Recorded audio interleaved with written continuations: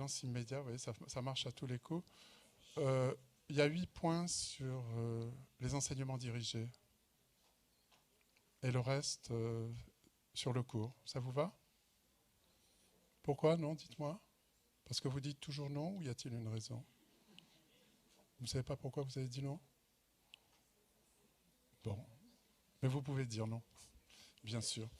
Alors, je lance. Je viens à mon diaporama qui se trouve ici. Alors, vous savez qu'on avait commencé le cours sur ce sujet à l'amphi Farabeuf. Et on n'avait pas beaucoup avancé parce que je vous avais raconté beaucoup de petites histoires. Vous n'étiez pas très nombreux. Vous voyez bien? Oui. Le café, le sympathique, l'adrénaline. Donc très vite, on va repasser ce qu'on a fait. On va entrer ensuite dans le vif du sujet. Donc pas beaucoup d'histoires aujourd'hui, sauf exception. Parce qu'en plus, on commence en retard. Ça, vous le lirez, vous le connaissez, c'est le glossaire. Pour les étudiants en médecine, pour vous, c'est simple à comprendre. C'est l'explication de quelques synonymes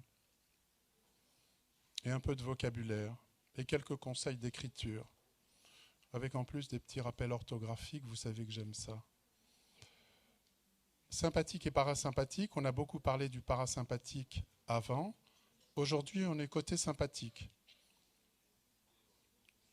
On s'énerve, comme on dit. On libère des catécholamines, on va se disputer, on va fuir, on va attaquer, on va s'énerver, on va brûler des graisses, on va mettre du sucre dans la circulation, on va avoir le cœur qui s'accélère, la tension qui monte, la rate qui se contracte pour sortir un peu de globules rouges, pas la peine de digérer, pas la peine d'uriner. Par contre, on se dilate les bronches, on s'ouvre un peu les pupilles, on fait peur.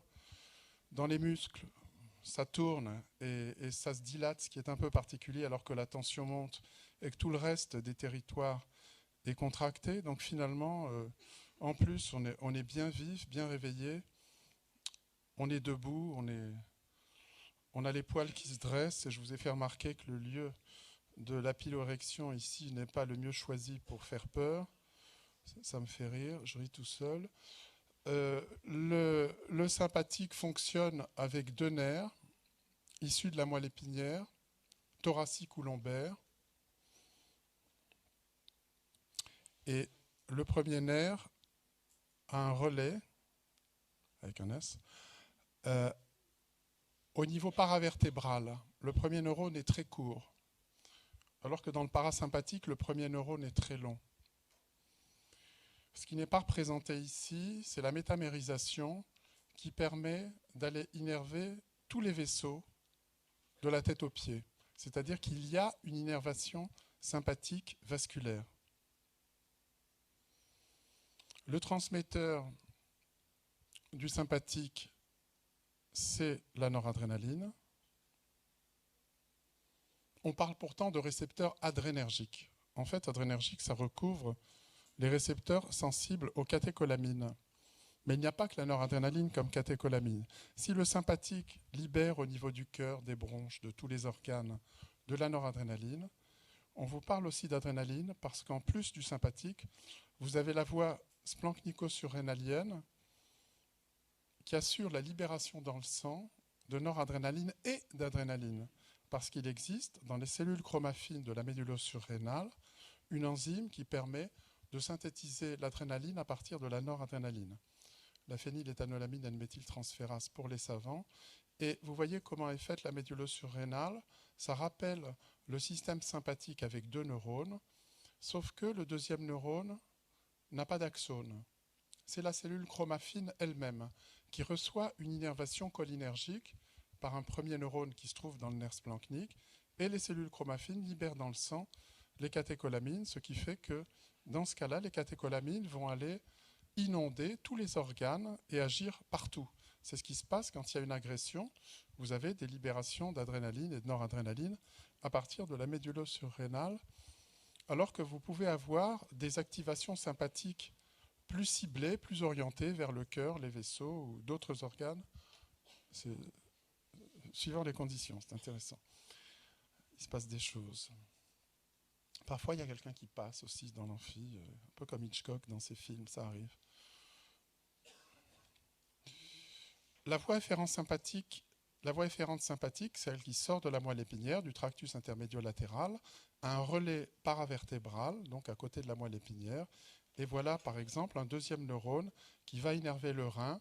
Et vous savez qu'il y a une innervation sympathique rénale, pas seulement pour les vaisseaux rénaux, puisque tous les vaisseaux sont innervés par le sympathique, mais aussi au niveau rénal, l'appareil juxtaglomérulaire est sensible à la noradrénaline, puisque l'activation sympathique fait sortir la rénine aussi de l'appareil juxtaglomérulaire. Ça, vous le savez, le premier relais est cholinergique avec un récepteur nicotinique et la noradrénaline est libérée au niveau des tissus cibles. Ça se passe comme ça dans la médulle surrénale. Premier neurone, acétylcholine, récepteur nicotinique sur la cellule chromaffine qui libère adrénaline et noradrénaline. Ça, c'est quand on agrandit graduellement la chose. On passe d'une glande au-dessus du rein, cortex médulaire, cellules chromaffines et les granules à l'intérieur des cellules chromaffines qui libèrent les catécholamines. En scintigraphie avec la méthiodobenzylguanidine, je parle un peu vite, excusez-moi, vous pouvez localiser des phéochromocytomes, ces tumeurs, qui fabriquent des catécholamines en quantité, libérées dans la circulation, qui donnent des poussées hypertensives. Avec des moyens diagnostiques variés, soit vous dosez les catécholamines elles-mêmes, soit leurs produits de dégradation, comme les produits méthoxylés, type méthanéphrine, ou éventuellement méthoxylés et désaminés, comme l'acide vanylmandélique. Ça, je vous en avais parlé aussi, des différents points d'impact des médicaments modifiant l'activité sympathique. Ça peut être au niveau de la synthèse, ça peut être au niveau de la capture granulaire, ça peut être au niveau de l'exocytose, ça peut être au niveau des récepteurs sensibles aux catécholamines. On peut aussi modifier la recapture des catécholamines, ce mécanisme d'épargne. On peut modifier la dégradation des catécholamines. On peut aussi agir sur des récepteurs qui se situent sur les neurones eux-mêmes et qu'on appelle des autorécepteurs et qui modulent la libération du médiateur. Donc je vous ai numéroté ces étapes et indiqué les mécanismes possibles avec de l'activation et du blocage de ces différents systèmes de transmission. Et ce genre de schéma s'applique à n'importe quelle transmission, qu'elle soit périphérique ou centrale, qu'elle dépende de catécholamines ou d'autres médiateurs. Par exemple, les neurones sérotoninergiques, on pourrait faire à peu près le même schéma, mais ce n'est pas le sujet d'aujourd'hui. Et les neurones sérotoninergiques ne sont pas périphériques, mais plutôt centraux.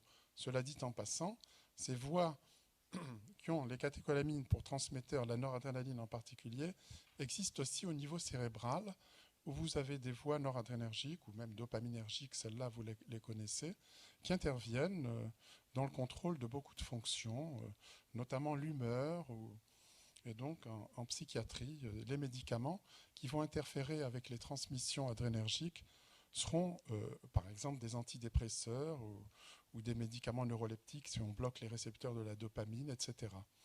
Donc si vous voulez, c'est des schémas importants à comprendre.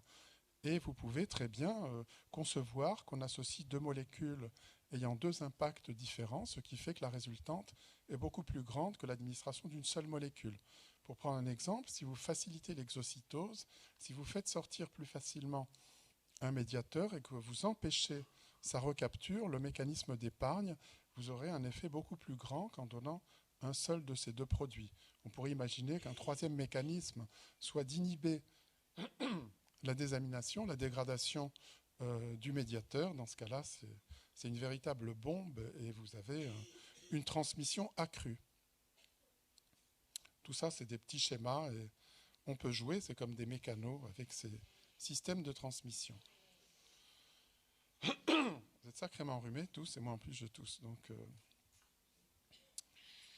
les trois catécholamines, c'est dopamine, noradrénaline, adrénaline. Je vous avais réexpliqué la synthèse et vous en connaissiez déjà pas mal là-dessus. Vous étiez plutôt bon. Tyrosine, L-dopa, qui reste un acide aminé avec une fonction acide et une fonction amine. Et on rentre dans le domaine des catécholamines une fois qu'on a enlevé la fonction carboxylique, une fois qu'on a décarboxylé l'amine, l'acide aminé, quand on a décarboxylé un acide aminé neutre, c'est-à-dire celui qui a une fonction acide et une fonction amine, il ne reste plus que la fonction amine. On enlève le COH, il ne reste plus que la fonction amine. Et là, on a affaire avec une catécholamine, avec un cycle benzénique dihydroxylé. D'abord la dopamine, puis la noradrénaline, qui est hydroxylée sur ce carbone bêta, le deuxième de la chaîne. Et ensuite, on peut éventuellement méthyler cet azote, ce qui donne l'adrénaline. L'adrénaline n'étant synthétisée que dans les cellules médullosurrénaliennes. Les récepteurs sont pré- ou post-synaptiques, vous l'avez compris. En post, c'est les effets. En pré, c'est la modulation de la sortie de noradrénaline. Et on a des médicaments aussi qui peuvent agir sur la recapture. Les effets, on en était à peu près là. On avait surtout parlé de la stimulation alpha-adrénergique. On avait commencé par la première lettre de l'alphabet grec, choisie par Alquist. Quand on stimule les récepteurs alpha-adrénergiques, on contracte les artères. Si vous libérez l'adrénaline, vous avez une grosse émotion, vous devenez tout blanc. Quand vous avez une décharge de catécholamine surrénalienne, vous êtes blanc comme un linge, avec des vaisseaux contractés, et votre tension est élevée. En contrepartie, votre cœur peut se ralentir si vraiment la tension monte très haut par un mécanisme réflexe. Bon, éventuellement même s'arrêter. Donc la stimulation alpha-adrénergique vasculaire, c'est ce qu'on avait vu. Tout le sympathique agit sur les vaisseaux. Tous les vaisseaux sont innervés, surtout les artères, un peu moins les veines. Quand on administre un produit qui est capable de se limiter à une action de type alpha-adrénergique seulement sur le récepteur alpha-adrénergique, on a une vasoconstriction très forte. La phényléphrine en est un exemple. C'est un alpha-stimulant qu'on pourrait dire pur. Eh bien, cet alpha-stimulant pur ne fait que contracter les artères. Quand on donne ce médicament, toutes les artères se contractent. Et la réponse réflexe, qui met en jeu l'activité du vague, grâce au baroréflexe, eh bien, c'est un ralentissement cardiaque par une activation cholinergique. Mais ce phénomène n'est pas une action directement liée, à la phényléphrine. Ça n'est qu'un phénomène secondaire, une réponse du cœur qui se ralentit par l'activation vagale. Si vous donnez de l'atropine, vous empêchez ce ralentissement et à la limite, la pression va monter encore plus. C'est un mécanisme de compensation réflexe. L'organisme est bien fait. Si on vous monte trop la pression artérielle en vous contractant les artères, vous ralentissez votre cœur.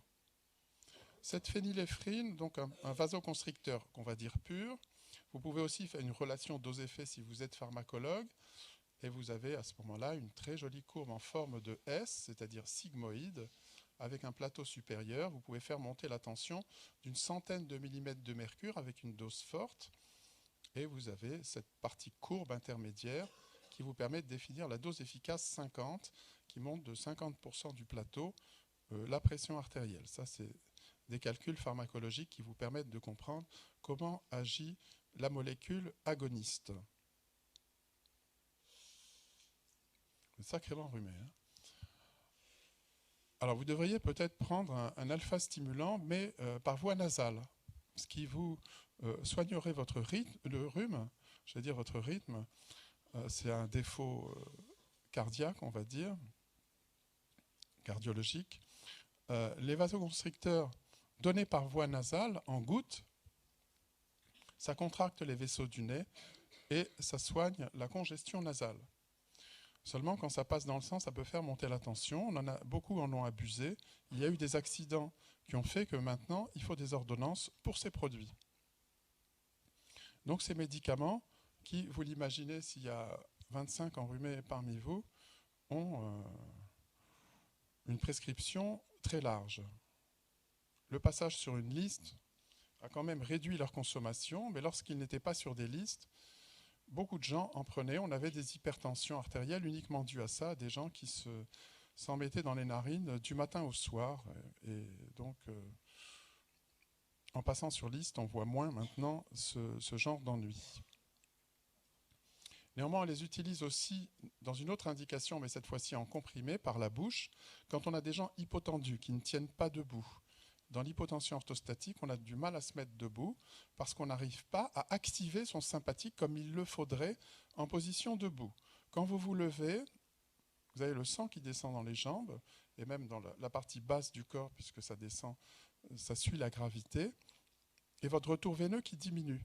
Alors vous pouvez marcher, contracter vos muscles, faire différents exercices pour contrebalancer, pour compenser cette réduction du retour veineux et aider le sang à remonter vers le cœur. Mais n'empêche qu'il en reste quand même dans les jambes. Et l'inconvénient, c'est que le cœur éjecte moins. S'il éjecte moins, la tension peut baisser. Mais si elle ne baisse pas, c'est grâce à ce fameux baroréflexe qui perçoit la baisse de pression artérielle au niveau des récepteurs qui se trouvent dans le sinus carotidien, la partie initiale de la carotide interne, et la crosse de l'aorte. Et par voie réflexe, le cœur va s'accélérer et le sympathique s'activer, notamment le sympathique vasculaire. Les artères se contractent en position debout. Si vous êtes incapable de contracter vos artères et d'accélérer votre cœur en position debout, votre tension est basse. Debout, vous n'êtes bien que couché. Ou sinon, dans une piscine. Parce que là, vous avez, ou dans un bain. Parce que vous avez l'eau qui appuie sur les veines et qui augmente le retour veineux. Mais en tout cas, vous n'êtes pas bien debout. Et dans ce cas-là, en prenant des produits vasoconstricteurs par voie orale, comme l'amidodrine, le Gutron, vous corrigez cette hypotension debout. Mais l'inconvénient de ce produit, c'est que vous corrigez l'hypotension debout, mais vous rendez les gens hypertendus couchés. Parce que l'action persiste en position couchée, on n'a pas besoin d'avoir du sympathique actif, et dans ce cas-là, en soignant ces gens pour une hypotension orthostatique, vous en faites des hypertendus, qui ont parfois même mal à la tête en position couchée, qui ont des tensions élevées en position couchée, avec l'inconvénient de l'hypertension artérielle, notamment les complications cardiaques ou rénales. Et on a un cas comme ça en dialyse de patient qui a une hypotension orthostatique, à qui on a induit une insuffisance rénale pour lui permettre de se tenir debout. Donc, vous voyez, il y a toujours le revers de la médaille, on va dire. Bon, je vais passer là-dessus, parce qu'on en avait c'est pas utile que je vous raconte ces histoires. Bon, même si ça m'intéresse, mais bon, il faut savoir se faire un peu mal. L'activation alpha adrénergique, c'est l'augmentation du calcium libre cytosolique, donc la contraction des fibres lisses vasculaires,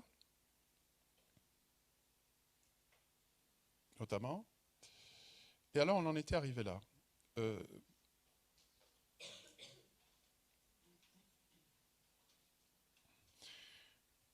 Alors, quand on parle de l'adrénaline, en première approximation, ça contracte, je vous dis, vous avez peur, une grosse dose d'adrénaline est libérée dans la circulation, vous devenez tout blanc, toutes les artères sont contractées. Je vous ai dit, vous êtes blanc comme un linge. Seulement, on sait depuis assez longtemps que tout dépend des doses. La pharmacologie, c'est une question de dose. Et ce qui est intéressant, c'est d'avoir des molécules qui agissent sur plusieurs récepteurs. Alors, même si on a mis beaucoup d'années à comprendre comment le système fonctionnait, je peux, par un raccourci, vous donner déjà les solutions, plutôt que de vous raconter l'histoire de ce développement. Si on met très peu d'adrénaline dans la circulation, très très peu, des toutes petites quantités, une pincée d'adrénaline, eh bien la tension baisse. La tension s'abaisse. Et le cœur s'accélère. La tension est basse et le cœur s'accélère un petit peu. J'augmente la dose d'adrénaline.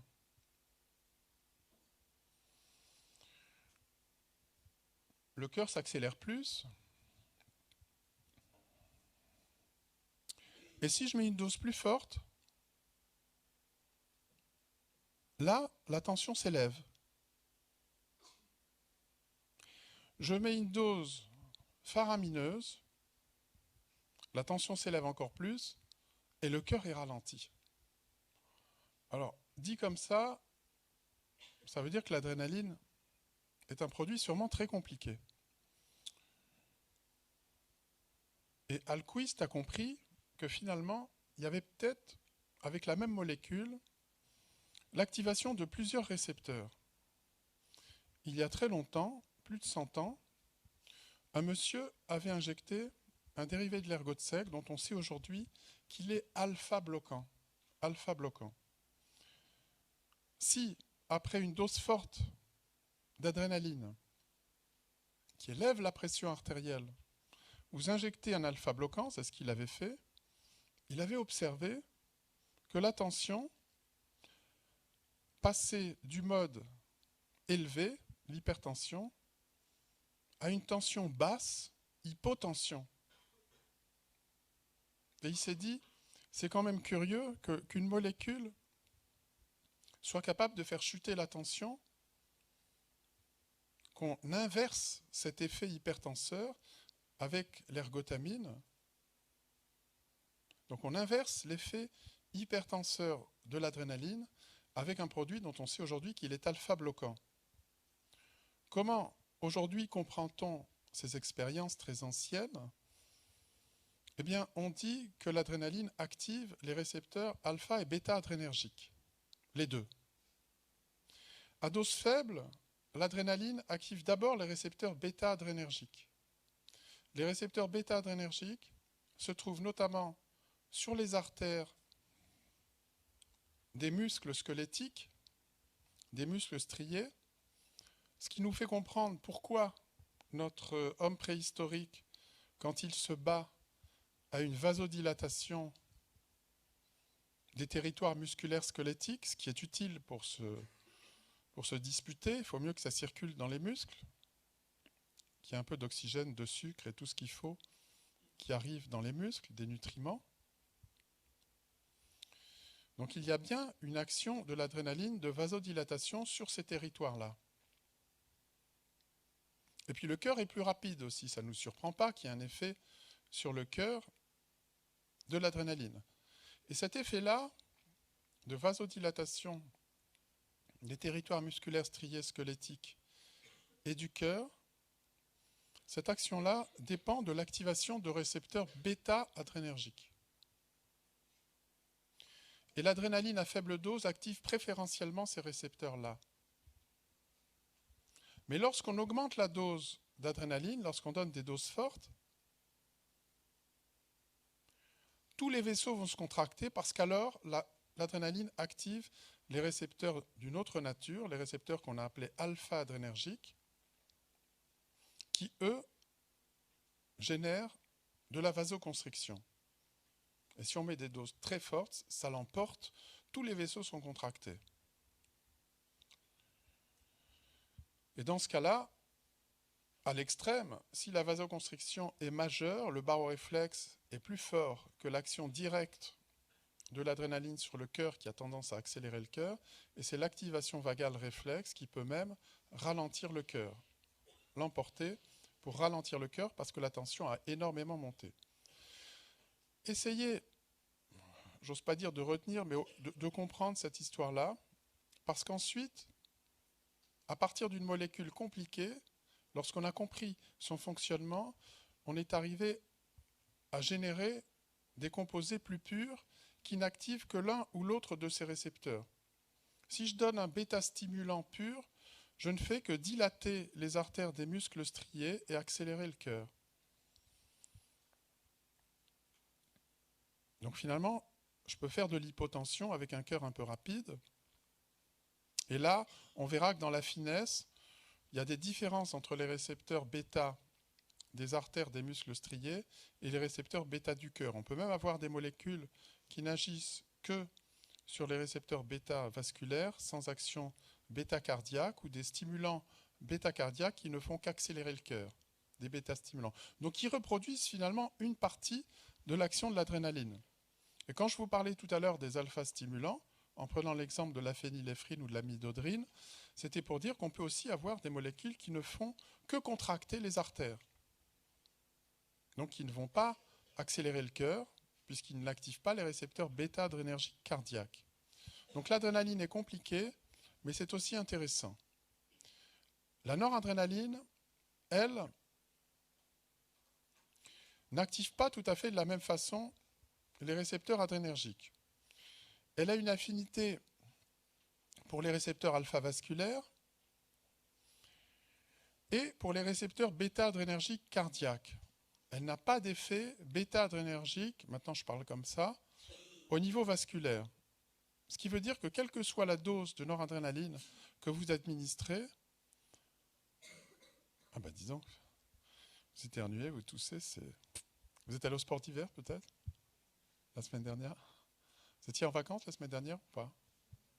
Non, hein, vous n'êtes jamais en vacances. C'est bien. Du reste, vous étiez là puisque je vous ai vu mardi. Enfin, il en manquait quelques-uns quand même. Vous n'êtes pas trop bronzé, il n'y a pas la marque des lunettes. On verra dans la semaine prochaine. Ils seront encore en vacances, les autres, peut-être. Parce qu'ils accompagnent leurs petits frères, c'est normal, ou leurs petites sœurs. Alors, donc la noradrénaline ne fait qu'induire des montées de pression. Pensez-vous qu'un alpha-bloquant administré après une dose de noradrénaline hypertensive inverse l'effet hypertenseur de la noradrénaline, c'est-à-dire qu'on observe une hypotension, un niveau tensionnel inférieur au niveau initial après alpha-bloquant? C'est juste pour voir si vous suivez. Vous dites oui? Voilà, vous ne suivez pas là. Non. Non, parce qu'il n'y a pas d'effet bêta-adrénergique vasculaire. Pour que la tension baisse après un alpha-bloquant, il faut, si vous voulez, ça revient à révéler l'action bêta-adrénergique vasculaire. Vous réfléchirez à ça. Hein. C'est un peu compliqué peut-être. Hein.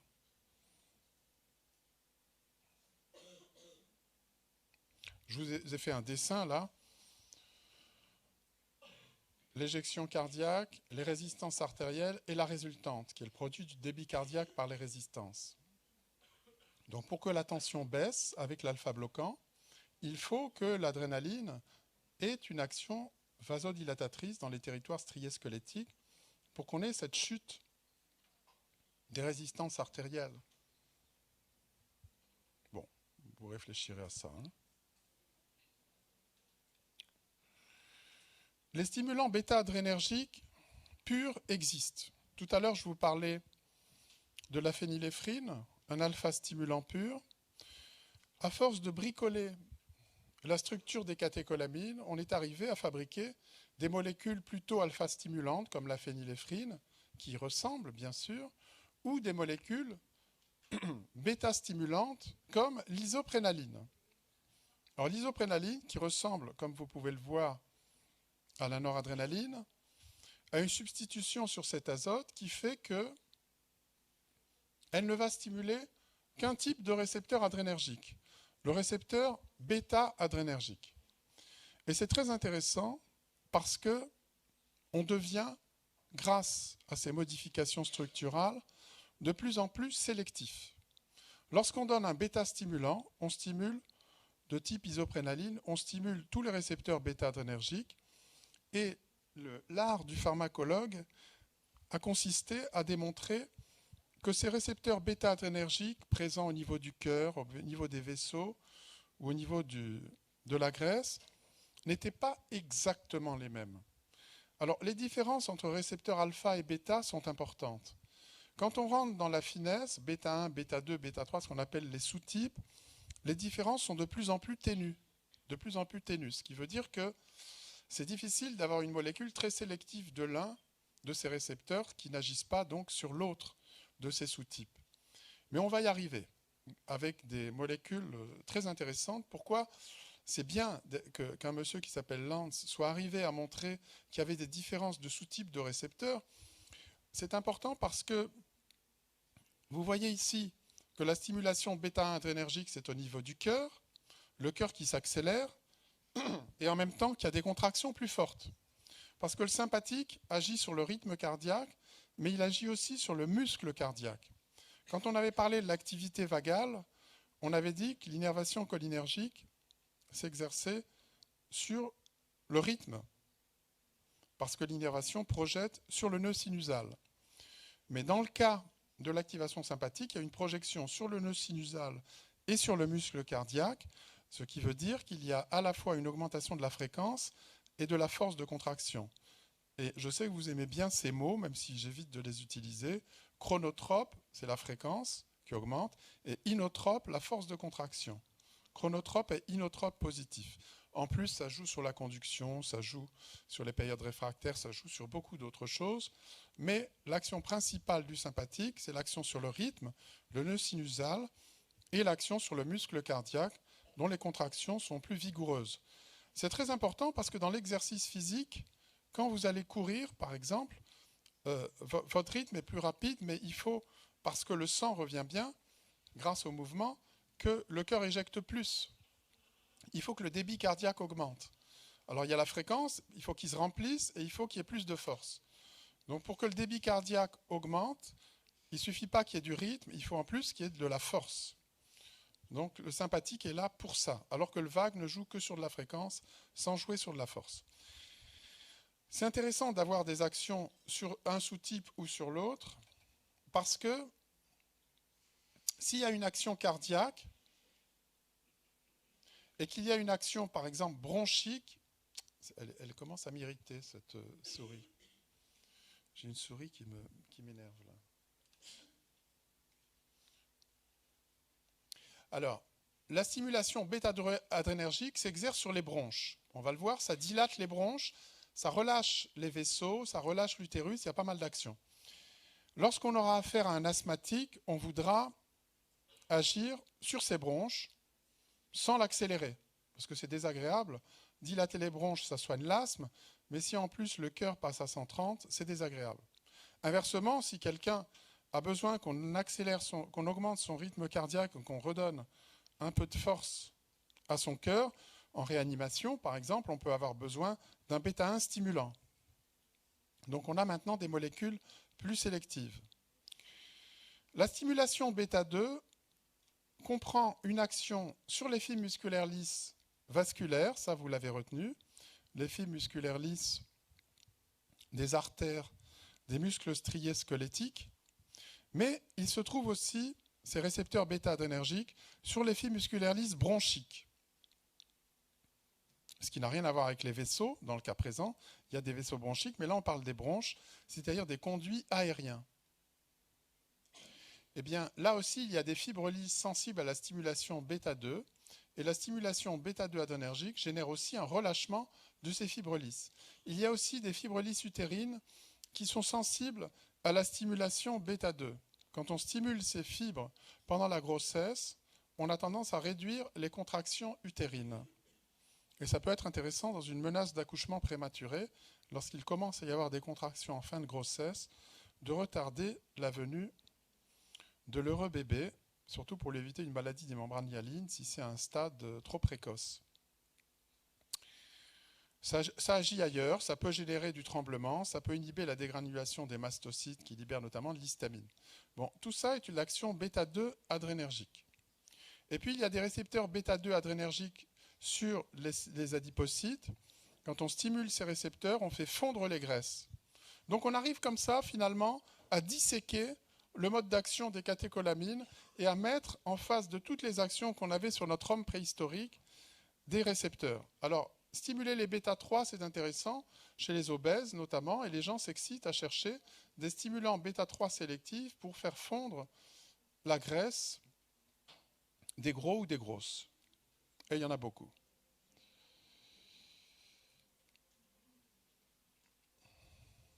Bon, ça, c'est pour ceux qui sont curieux. L'adrénaline, ça a traité l'asthme. Ensuite, on a essayé d'extraire d'une plante qui s'appelait ephedra l'éphédrine, comme son nom l'indique, qui dilate aussi les bronches, qui n'agit pas tout à fait comme les catécholamines, puisque elle, l'éphédrine, elle fait sortir la noradrénaline de ses sites de stockage. Un peu comme le fait, découverte plus tard, l'amphétamine, qui fait sortir les catécholamines aussi, des endroits où elles se trouvent. Ça favorise l'exocytose, si vous préférez.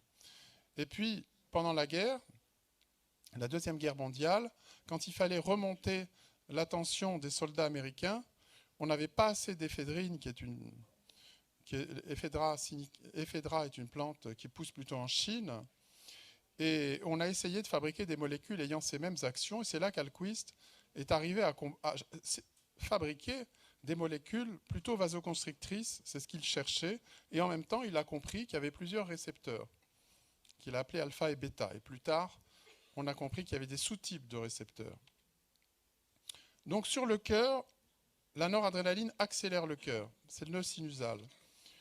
Elle agit en augmentant la pente de dépolarisation diastolique spontanée des cellules nodales, des cellules présentes dans le nœud sinusal, et cette pente qui augmente fait atteindre plus rapidement le seuil qui génère une dépolarisation propagée. Ce qui veut dire que le cœur s'accélère lors de l'activation des nerfs sympathiques à destinée cardiaque. Et c'est pour ça que je vous l'ai mis en rouge, puisqu'on parlait du vague la fois dernière. L'action bêta-adrénergique revient à dire qu'il y a une augmentation de l'AMP cyclique, et là, ça met en jeu une G-protéine après que l'agoniste, le bêta-stimulant, ait interagi avec son récepteur.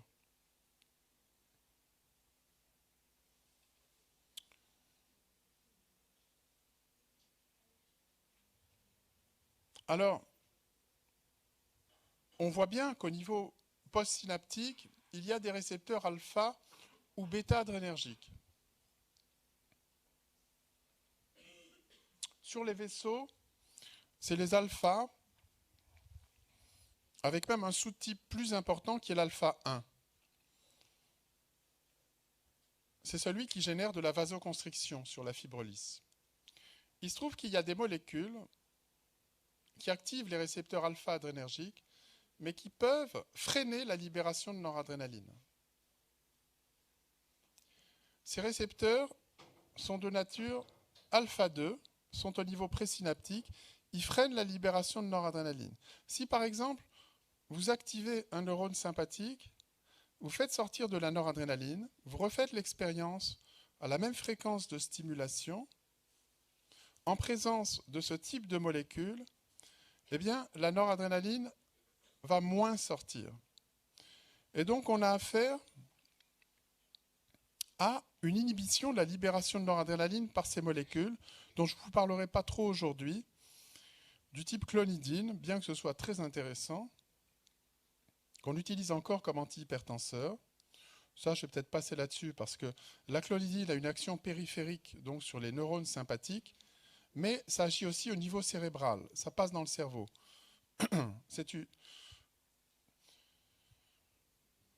C'est les imidazolines qui traitent votre rhume en étant des vasoconstricteurs. Ça a incité beaucoup de laboratoires à fabriquer des MeToo, M-E-T-2-O, MeToo, moi aussi, des petits frères si vous voulez. Et il y avait une firme qui s'appelait Boehringer qui a essayé aussi de fabriquer une imidazoline pour traiter le rhume, qui a fabriqué la clonidine. Et il se trouve que la secrétaire du docteur Wolf à Vienne a été la première à en utiliser, puisqu'elle était justement enrhumée comme vous, et il y avait un peu de clonidine à disposition, donc pensant que ça agissait comme les autres imidazolines, comme vasoconstricteur nasal, elle en a pris un peu, et ensuite elle est allée prendre le ring, le tram, et elle s'est endormie dans le tram. Elle avait la bouche très sèche et son cœur était très lent. Et elle était toujours enrhumée du reste. Alors le docteur Wolf s'est posé des questions, il en a pris lui-même, il a observé les mêmes choses, il a noté consciencieusement tout ce qu'il ressentait avec l'écriture qui était de plus en plus irrégulière. Son pouls était de plus en plus lent, il est descendu vers 35-40 battements par minute. Et il a donc décrit cet effet de la clonidine qu'on a utilisé longtemps comme antihypertenseur, sans trop comprendre pourquoi. Parce que tout à l'heure, je vous disais, les alpha-stimulants, ça contracte les artères. Eh bien, il se trouve que la clonidine a ces fameux effets présynaptiques, ça peut réduire la libération de noradrénaline, ce qui peut expliquer que la tension baisse, mais l'effet véritable hypotenseur de la clonidine, le fait que les gens aient la bouche sèche, la tension qui baisse, éventuellement déprime par la suite, ça a été un effet indésirable important de la clonidine qui s'appelle catapressant dans le commerce, qui existe encore bien sûr, c'est que en fait la clonidine est très liposoluble, très soluble dans les graisses, et elle rentre dans le cerveau. Et quand elle rentre dans le cerveau, elle va stimuler les mêmes récepteurs que ceux qui se trouvent en périphérie, mais la stimulation centrale, dans le bulbe précisément, dans une région intéressante, fait que l'activité du sympathique diminue. Et par la suite, un chercheur français, Pascal Bousquet à Strasbourg, a bien travaillé là-dessus et a compris que là aussi, c'était intéressant de dissocier l'effet sur le sommeil, la sédation, le calme induit par cette molécule, de l'effet sur la tension. Et il s'est rendu compte que la clonidine activait bien des récepteurs adrénergiques, mais activait aussi des récepteurs propres à la famille des imidazolines, qu'on appelle les récepteurs imidazoliniques, et que c'était eux qui faisaient baisser la tension. Ce qui fait que maintenant, on a développé des molécules qu'on appelle imidazoliniques, comme, je dû vous le mettre peut-être, ou je ne vous l'ai pas écrit, comme la rilménidine, qu'on appelle l'hyperium dans le commerce, qui est un antihypertenseur qui ne fait pas dormir, contrairement à la clonidine, mais qui agit centralement, ce qu'on appelle un antihypertenseur central. Et c'est quand même intéressant comme histoire, et en plus, ça se prescrit largement. Quand vous serez médecin, si vous êtes un jour médecin libéral, de ville, comme on dit, vous prescrirez sûrement de l'hyperium pour traiter l'hypertension. Je passe là-dessus, ça serait trop long.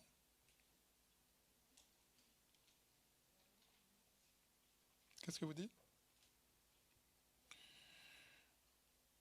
Les noms qui sont indiqués ici, noradrénaline et sympathomimétique indirect. Adrénaline, dopamine, agoniste dopaminergique, isoprénaline, dobutamine, salbutamol, phényléphrine. Ça fait un peu chinois pour vous, mais ça n'est pas le cas.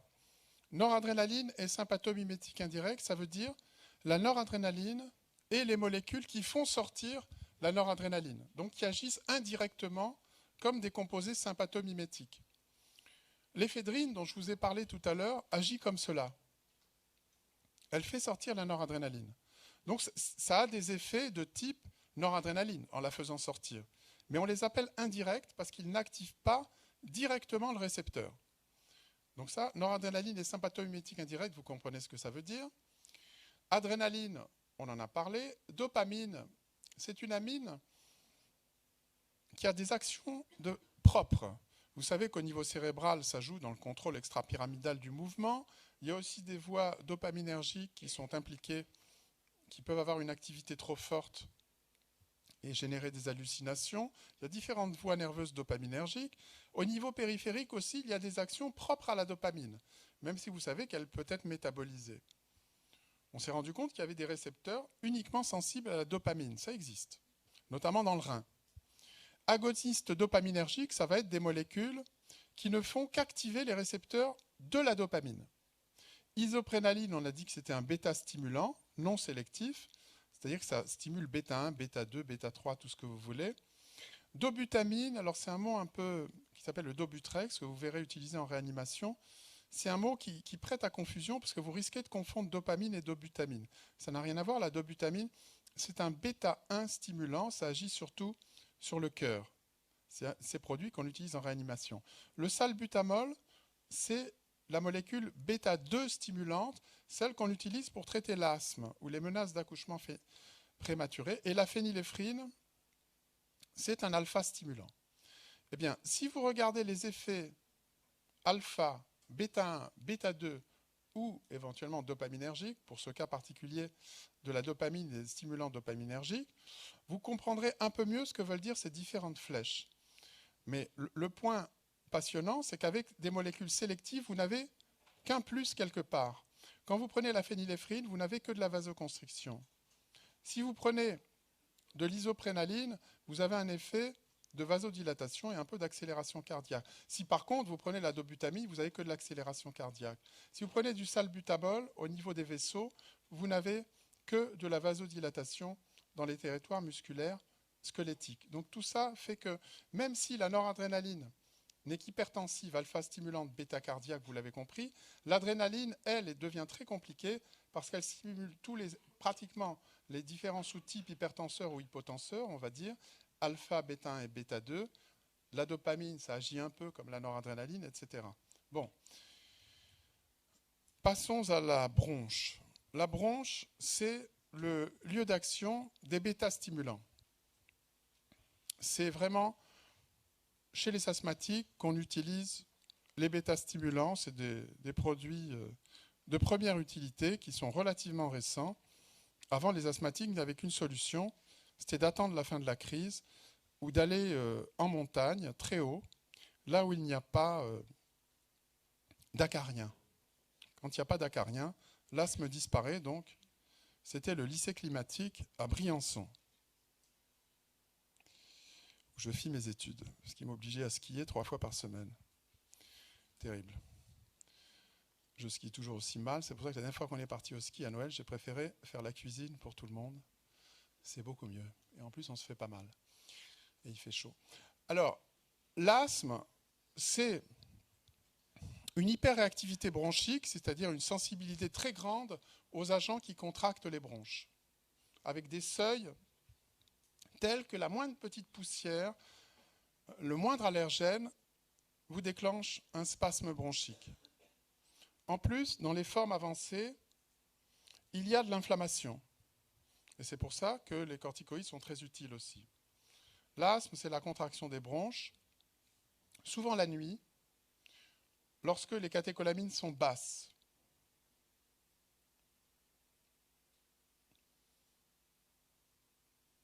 Et en même temps, le cortisol est bas.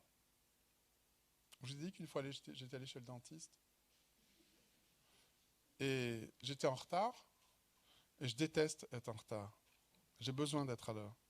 Donc j'ai couru comme un malade. Effectivement malade, puisque en arrivant, j'avais un asthme d'effort. J'étouffais. J'étais rouge comme une tomate, parce que ça circulait à fond, je dilatais, j'avais le débit cardiaque au plafond, et en plus j'avais la crise, l'asthme d'effort. Même pas une poussière. Hein.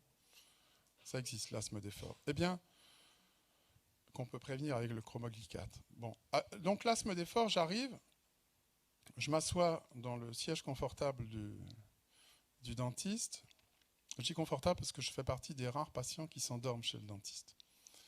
Mais n'empêche que, parce qu'il fait une anesthésie quand même, hein, sinon je ne m'endormirais pas. Et il a approché la roulette, il a tout de suite pris sa roulette avec l'envie de me faire un trou quelque part, je ne sais pas. Ça m'a fait une telle trouille que j'ai déchargé, j'ai senti, j'ai vu les molécules d'adrénaline sortir de mes surrénales et un soulagement instantané. Ça m'a fait l'effet d'une bouffée de ventoline. Parce que la ventoline, c'est tout de suite que ça vous dilate les bronches. Ça a été une découverte fantastique, les bronchodilatateurs. Les catécholamines, ça dilate les bronches. C'est vraiment extraordinaire. Le traitement de la crise, c'est les bêta-2 stimulants. Éventuellement associé à un atropinique, un anticholinergique, c'est synonyme, hein, vous le savez maintenant. L'atropinique, en plus, ça assèche, ça réduit les sécrétions. Mais le bronchodilatateur, c'est l'effet instantané de relâchement bronchique. Ce qui est dur à comprendre quand même, parce que on vous dit qu'on active un récepteur, et en activant un récepteur, on relâche une fibre. Vous le comprendrez peut-être, mais il y en a beaucoup qui ont du mal, et je les comprends. Quand on augmente la dose de bronchodilatateur, de bêta-2 stimulant, la bronche se dilate plus. Ça veut dire que l'effet de type négatif, c'est l'inhibition d'un tonus qu'on crée en activant le récepteur. C'était simple de comprendre que l'acétylcholine contractait en activant un récepteur muscarinique. Là, en activant un récepteur bêta-adrénergique,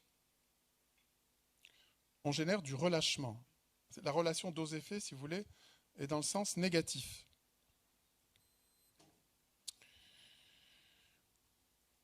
L'asthme, lorsqu'il persiste, est traité, on vous le dira, vous l'apprendrez, par des corticoïdes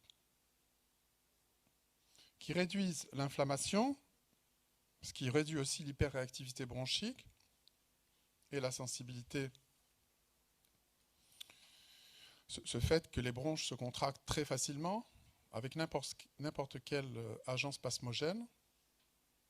Mais on les associe souvent à des bêta-2, mais cette fois-ci d'action prolongée. Parce que le traitement de la crise fait appel à des produits d'action courte.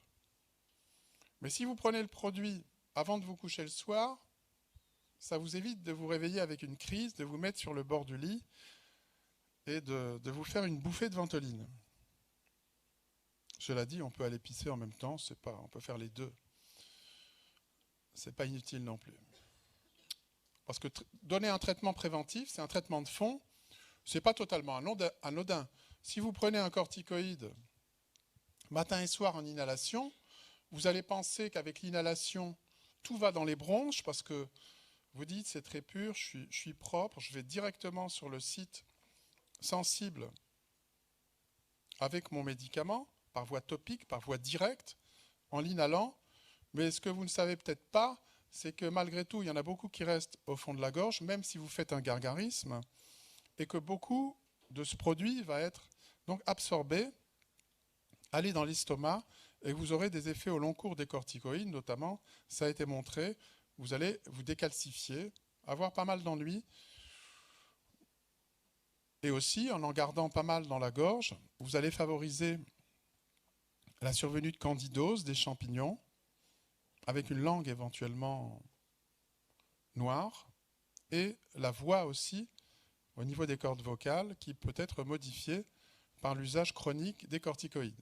Et c'est pour ça que c'est important aussi, quand vous conseillez de prendre ces inhalations, de choisir les doses les plus faibles, bien sûr, mais en même temps, de conseiller de se rincer la gorge après chaque inhalation. Est-ce que vous pensez qu'on peut traiter tous les asthmes par inhalation? Ça, c'est les autres produits utilisés. Malheureusement, j'ai entendu malheureusement, donc c'était le début de la réponse. Malheureusement, non. Donc vous avez bien répondu. Il y a des formes très sévères avec des décès. C'est la première cause de mortalité infantile. Quand j'étais arrivé en Australie, dans l'état du Victoria, où j'avais passé plus d'un an, on m'a d'emblée montré que c'était la première cause de mortalité infantile. C'est très humide, il y a beaucoup d'asthme, et en fait, il y a des enfants qui meurent d'asthme. Ce qu'on ne disait pas autrefois, mais c'est pourtant vrai, c'est une cause de mortalité infantile. Parce qu'il y a des asthmes très sévères qui se compliquent, qui se surinfectent, l'infection bronchique, des états de mal asthmatiques. Eh bien, dans ces cas-là, les bêta-stimulants perdent leur effet. Et on avait pensé que c'était, il y a des scientifiques qui avaient émis l'hypothèse que c'était une désensibilisation des récepteurs adrénergiques. C'est vrai que quand on stimule beaucoup un récepteur, l'effet de l'agoniste diminue. Si on stimule le récepteur bêta-adrénergique, son nombre doit graduellement diminuer. C'est un phénomène naturel, ce qu'on appelle la désensibilisation. Alors dans ce cas-là, on peut augmenter la dose de l'agoniste. En augmentant la dose que vous inhalez, vous en faites passer un petit peu plus dans le sang, ce qui a quand même des inconvénients.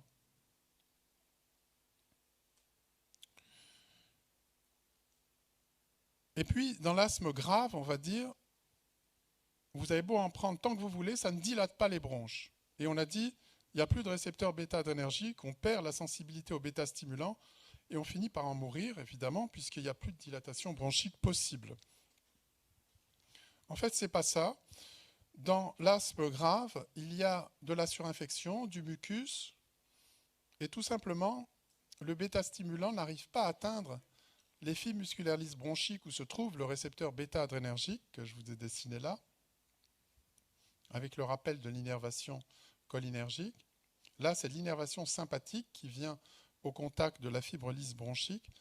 Eh bien, il n'y a plus d'accès, on va dire, au récepteur bêta-adrénergique parce qu'il y a du mucus, ça sécrète. Et comment l'a-t-on montré que la fibre restait sensible? Eh bien, simplement en injectant cette fois-ci le bêta-stimulant et on récupère l'action bronchodilatatrice, ce qui veut bien dire que c'était lié à la surinfection, à l'inflammation, qui rendait impossible l'accès du récepteur bêta-adrénergique par voie aérienne, on va dire. Et donc, par voie vasculaire, on a de l'effet. S'il y a trop de bêta-stimulants qui passent dans le sang, on a les effets systémiques. Ceux qu'on va observer quand on traite une menace d'accouchement prématuré. Si vous avez une menace d'accouchement prématuré, vous administrez du salbutamol en comprimé ou en perfusion, et dans ce cas-là, l'utérus se contracte moins. Il y a des récepteurs bêta-adrénergiques sur les fibres lisses du myomètre, du muscle utérin, surtout en fin de grossesse. Mais on a les effets systémiques, c'est-à-dire que la tension baisse parce que les vaisseaux des muscles striés-squelettiques se dilatent et le cœur est rapide aussi, ce qui gêne la femme d'avoir le cœur rapide. Et en plus, ça induit des tremblements, ce qui fait que c'est assez désagréable comme sensation. Et quand on voit les femmes sous perfusion de salbus, c'est vrai que ça n'a pas l'air très agréable, même si l'enfant reste un peu plus longtemps dans le ventre de sa mère, ce qu'on souhaite.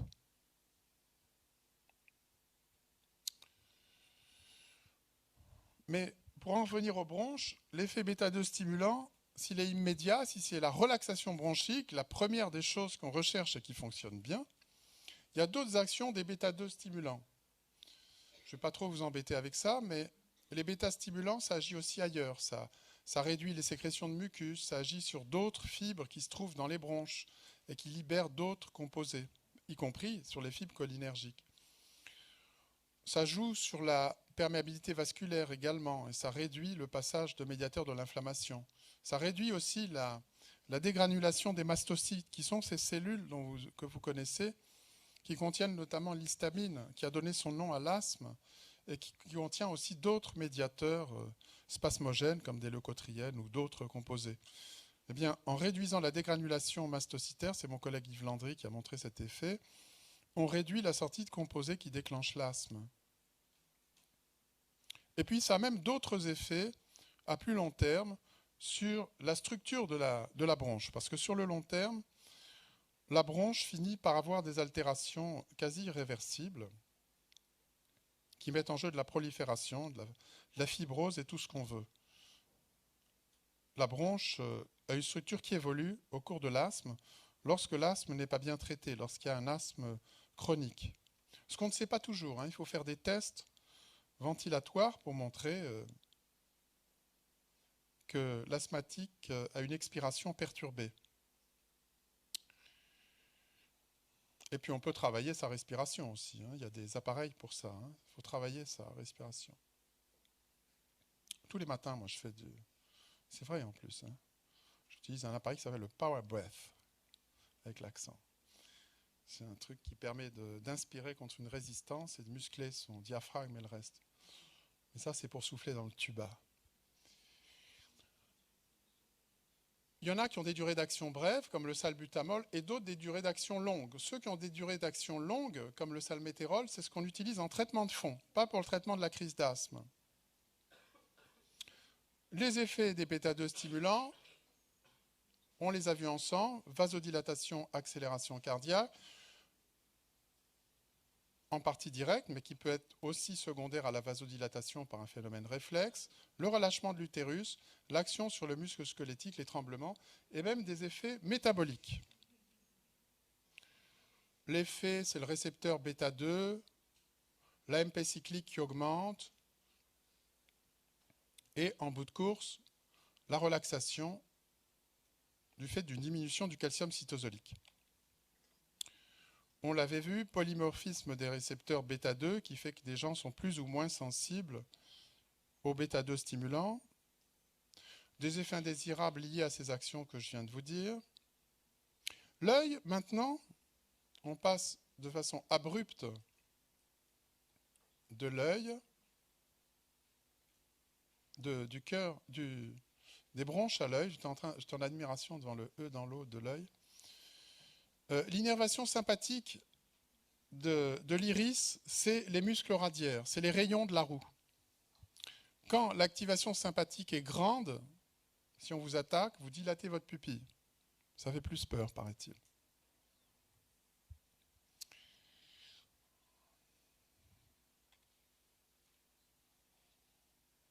Le parasympathique, vous vous en souvenez, c'est le sphincter. Hein, et l'action sur l'accommodation. Pour ce qui est des voies urinaires, le sympathique intervient dans la contraction de l'urètre surtout. Et c'est là qu'il y a une application intéressante médicale, encore très large, aussi large et encore plus large que le rhume et les alpha-stimulants, c'est l'homme âgé qui pisse mal, le prostatique. Si on relâche l'urètre et les muscles lisses qui se trouvent à cet endroit-là, l'urine coule mieux et le prostatique vide mieux sa vessie. Donc les symptômes de l'adénome diminuent. Mais ça ne veut pas dire qu'on diminue la taille de l'adénome. Les alpha-bloquants n'ont jamais soigné l'adénome prostatique. Ça favorise la miction. Mais les urologues ne jurent que par les alpha-bloquants et ne prescrivent que des alpha-bloquants. Tout le temps. Dès qu'il y a un symptôme prostatique, alpha-bloquant. Au passage, l'alpha-bloquant bloque aussi les récepteurs alpha-adrénergiques vasculaires, ce qui veut dire qu'on crée de l'hypotension orthostatique. Si vous n'avez plus la faculté de contracter vos fibres lisses vasculaires en position debout, vous faites de l'hypotension orthostatique. Donc s'il y a des fortes doses d'alpha-bloquants données, vous avez de l'hypotension orthostatique chez l'homme âgé. Il faut faire attention, il faut le savoir.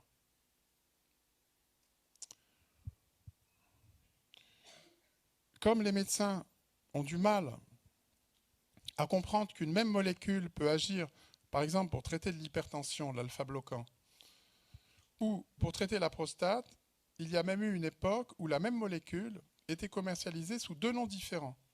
Un nom pour l'hypertension et un nom pour l'adénome prostatique. C'est vous dire si c'est vraiment le même récepteur. Alors maintenant, on commence à essayer de chercher des molécules qui ont une sélectivité urétrale plutôt que vasculaire, mais les succès ne sont pas patents. Au niveau intestinal, il y a aussi l'innervation sympathique. Alors là, l'intestin, je n'ai pas l'habitude d'en parler beaucoup parce que j'ai du mal à comprendre comment ça fonctionne. Je sais qu'il y a une progression de son contenu dans le sens crânio-caudal, on va dire. Ça contracte en amont, ça relâche en aval. Donc ça va toujours dans le bon sens. Ce qui veut dire que s'il y a une greffe intestinale, il ne faut pas se tromper de sens, a priori. Mais c'est hors sujet. Donc il y a l'innervation. Je crois que ça vous fait rire, ça me fait plaisir quand même. Que mes bêtises vous amusent encore. Il y a de l'innervation des peptides, de la noradrénaline, de l'acétylcholine dans les deux plexus mi-entériques et sous-muqueux qui interviennent dans cette progression alimentaire. Et le sympathique comme le vague joue sur ces progressions. C'est écrit en petit, mais c'est pour vous dire que ça sert beaucoup les stimulants des récepteurs. Dans les stimulants des récepteurs, on a vu l'asthme, on a vu la menace d'accouchement prématuré, le choc, je vous en ai touché un mot, l'hypotension, le rhume. Et puis je vous ai même dit qu'en stimulant centralement les récepteurs adrénergiques de type alpha, on avait aussi une réduction de l'hypertension. Donc vous voyez que déjà avec ça, à la limite, vous n'auriez que ça. Comme médecin, vous seriez déjà un bon médecin. Vous traiteriez les hypertendus, les femmes enceintes, les gens qui s'effondrent dans le collapsus, les enrhumés, etc., les hypotendus, les asthmatiques, vous vous rendez compte? Ça veut dire que c'est un marché énorme, toutes ces molécules. Alors, ceux qui agissent indirectement, comme l'éphédrine, vous allez penser que c'est la même chose que la noradrénaline, parce que ça fait sortir la noradrénaline. Mais du point de vue pharmacologique, on les distingue parce que ça nécessite, pour être efficace, ces molécules, qu'il y ait de la noradrénaline dans les terminaisons. Et c'est comme ça que nous, pharmacologues, on distingue les produits qui ont une action directe de ceux qui ont une action indirecte. Si je vous injecte de la noradrénaline, votre cœur va s'accélérer. Si je vous mets de l'éphédrine, votre cœur va s'accélérer. Mais imaginez que vous soyez fait une infusion de feuilles du petit arbre chinois Rauvolfia serpentina, vous auriez avalé, sans le savoir, de fortes quantités d'une molécule qui s'appelle la réserpine, qui a été utilisée notamment pour traiter l'hypertension et pour traiter les hallucinations et les schizophrénies pendant très longtemps. Et bien, cette molécule, la réserpine, empêche la concentration de catécholamine dans les granules. Ce qui veut dire que vous avez des terminaisons sympathiques vides.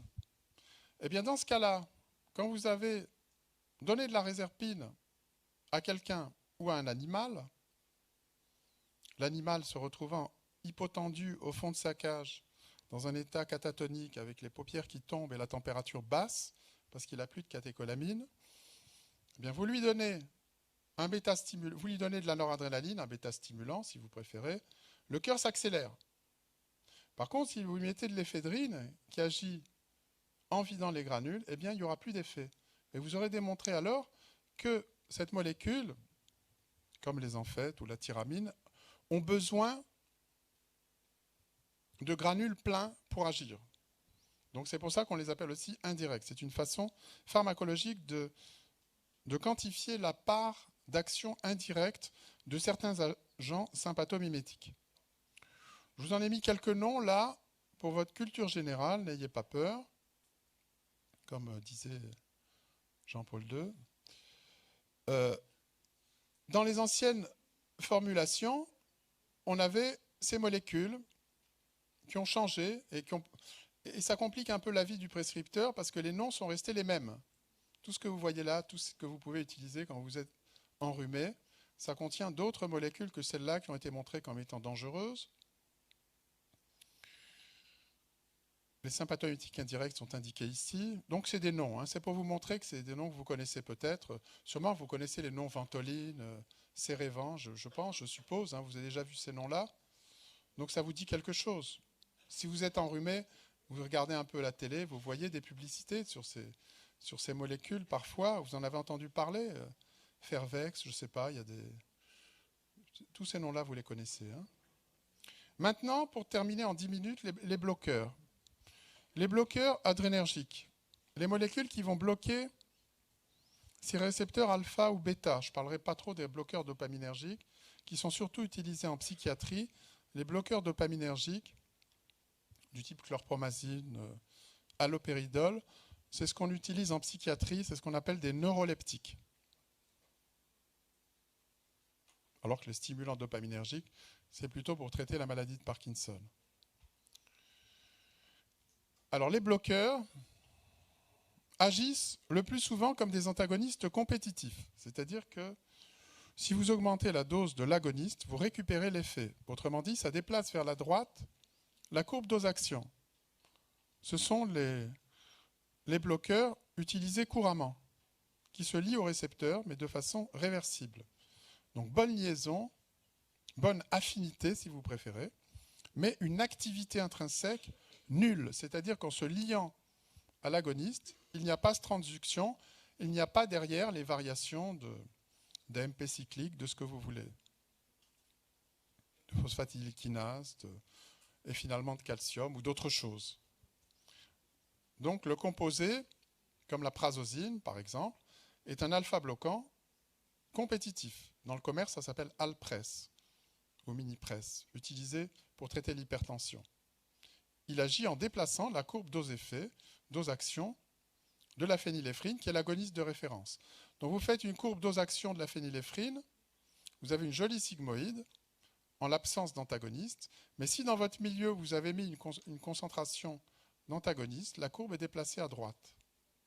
Et puis vous mettez une concentration plus forte d'antagoniste, dans votre milieu, la courbe de la phényléphrine est déplacée encore plus à droite, parce qu'il y a une compétition pour la fixation au niveau du récepteur alpha-adrénergique. Et l'effet alpha que vous mesurez, qui est par exemple la contraction d'un lambeau artériel, n'apparaît qu'avec des doses plus fortes de l'agoniste parce que l'antagoniste est dans le milieu.